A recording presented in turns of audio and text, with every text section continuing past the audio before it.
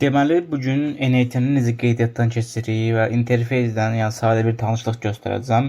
Yəni bu ilk dərsimiz olacaq. Birinci saytımıza daxil olur, bildiyimiz kimi nat.io sayt. Burada Get Started var sağ qismində. Ora daxil olursunuz və burada adınızı, company mail, e-mail, yəni bu Gmail-də yazsanız fərqi yoxdur və yenidən e-mailinizi daxil edirsiniz və sonradan parolu və account name. Yəni burada akkauntunuzun adını daxil edə bilərsiniz. Random bir şey isə yazsanız olar. Yəni bu qədər sadədir. Bunlar qeydiyyatdan keçdikdən sonra mən tezə qeydiyyatdan keçdim. Bunu göstərim. Bu gün sadəcə tanışlıq olacaq admin panelindən falan. Deməli, sonra admin panelimiz açılır belə. Gördüyünüz kimi burada bizə 15 gün ilk öncə denəmə sürəsi verir. Mən 3 gün əvvəl qeydiyyatdan keçdiyim üçün belə qaldı və bizə min execution verir. Bu min execution nə deməkdir?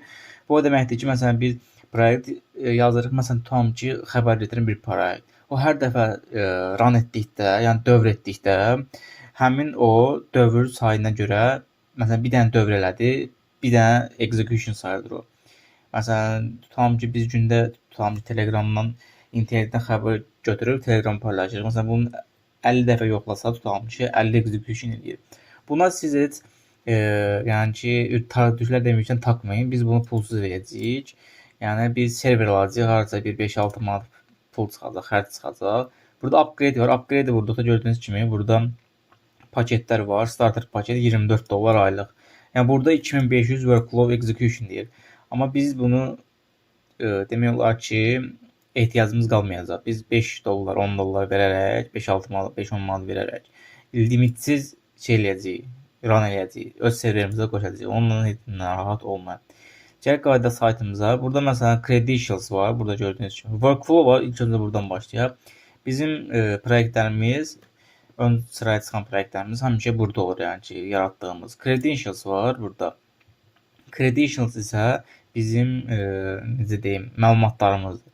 Tutalım ki, Gmail account. Burada Gmail mən hesabıma elə bir ki, tutalım ki, mən xəbər gətirirəm. Tutalım ki, mən istəyirəm ki, bu bot mənim Gmail-imə daxil olsun. Mən Gmail-imi başqadan mail göndərsin.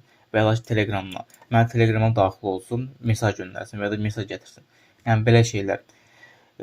Bunları burada görə bilərsiniz. Məsələn, N8-in ChatGPT API-si məsələn. ChatGPT-ni bura qoşa bilərsiniz. Google var məsələn burada. Google pulsuzdur. Onu da göstərəcəm. Google API qoşursunuz, sizə pulsuz xidmət olur, süni intellekt. Burada sonra execution var. Məsələn, burada görə bilərsiniz. Mən indi keçən səfər bir proyekt üstündə işləyirdim. Məsələn, Daily Hacking News. Yəni hackinglə bağlı məlumatları istəyirdim mən Telegram kanalıma göndərsin. Mən hal-hazırda Telegram kanalım var. İstəyirdim ki, o Telegram kanalımda 5-10 dənə xəbər tutalım ki, günlük hacking aid məlumatları o Telegram kanalıma göndərsin. Burada errorları falan görə bilərsiniz. Nədir? Məsələn, xəbər gətirəm məsələn burada waiting elə gözləyir mənim responsumu ki, gətirim, gətirməyim. Sonra data tables var. Buna demək olar ki, ehtiyac yoxdur. Sonra burada nə var? Project var, personal, admin panel. Yəni bunlar o qədər də vacib məlumatlar deyil. Belə create workflow. Məsələn, bu gün bir dənə sadə, çox sadə bir nümunə göstərək də. Create workflow vuranda sizin üçün workflow açır. Buradan adını dəyişə bilərsiniz. Məsələn, dərs 1 qoyaq. Dərs 1 qoyduq. Deməli, burada bütün şeylərin hamısını sizə islah edəcəm. Burada yazır add first step, yəni birinci addımınızı daxil edin. Burada birinci addımımıza girdikdə, burada gördüyünüz kimi çox şeylər çıxır da, yəni. Burada indi bir dəqiqə. Yəni burada həddindən artıq çox, yəni ki, türklər demiş araç var. Bunları göstərəcəm amma sizə. Bir dənə bugün sadə bir şey eləyək. Məsələn, trigger manual qoyduq. Bu trigger manual nə deməkdir? Siz bunu manual olaraq run verirsiniz. Məsələn, bunu execute workflow basılır. Gördüyünüz kimi run oldu. Gördüyünüz run oldu. Run oldu. İşlədi. Məsələn, bir dənə bugün buna API qoşaq. Məsələn, tutalım ki. Buradan AI giririk. AI agent deyirik.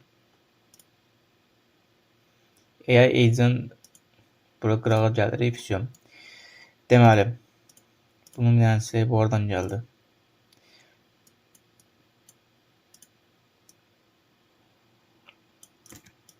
Gördüyünüz kimi, məsələn, burada deyirik ki, biz kliklədiyimizdə AI agent işləsin.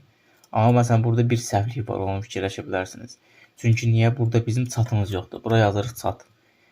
Chat trigger. chat trigger bayaq gəlmişdi orada. Onu deyirdim bu. When chat receive message. Məsələn, bunun fərqi nədir? Onu sizə izah edeyim. Baxın. Bunu silirik.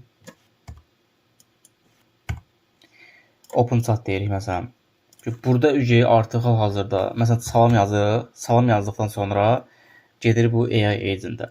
Amma bayaq biz qoyduğumuz trigger, bu arada məsələn boş yerə baxıb add node deyərək biz burada trigger şeylər görə bilərik. Məsələn trigger yazaq.